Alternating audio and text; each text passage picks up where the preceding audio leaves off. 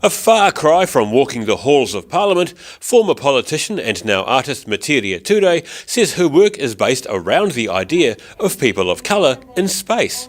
And it comes from this idea from a guy called Dan Taipua in Auckland about the Austronesian, Polynesians navigating space like we used to navigate Moana Nui a Kiwa, and what it means for a self-determining future. Turei presented some of her work to an audience at the Dunedin Public Art Gallery this morning. It's a much more relaxed environment compared with her days in the House. Supplementary question, Metiria Turei. Thank you, Mr. Speaker. Is the Prime Minister basing his assumptions about home affordability on his own personal experience of owning several properties offshore?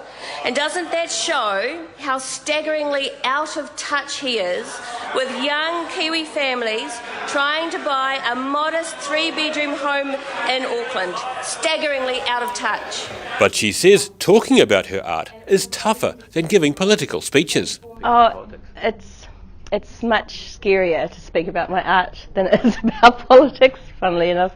It's more personal in some ways, and because I've had a long career, like 20 years in law and politics, that comes with some expectation, and I'm just starting in the visual arts. I've been a performance artist for a long time, but just starting in the visual arts, so it feels very new. But that's what's so exciting. It's good to do new things, and it's good to do things that scare you just a little.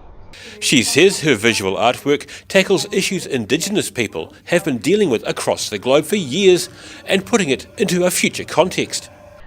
If anybody is competent to navigate space, to consider the realities of first contact, to understand alien invasion, it is those who have suffered from colonisation, who were stolen from their homelands and transported across time and space to other places, who've been the victims of that first contact. Turei's work is currently on display at the As Gallery in Dunedin's Stewart Street.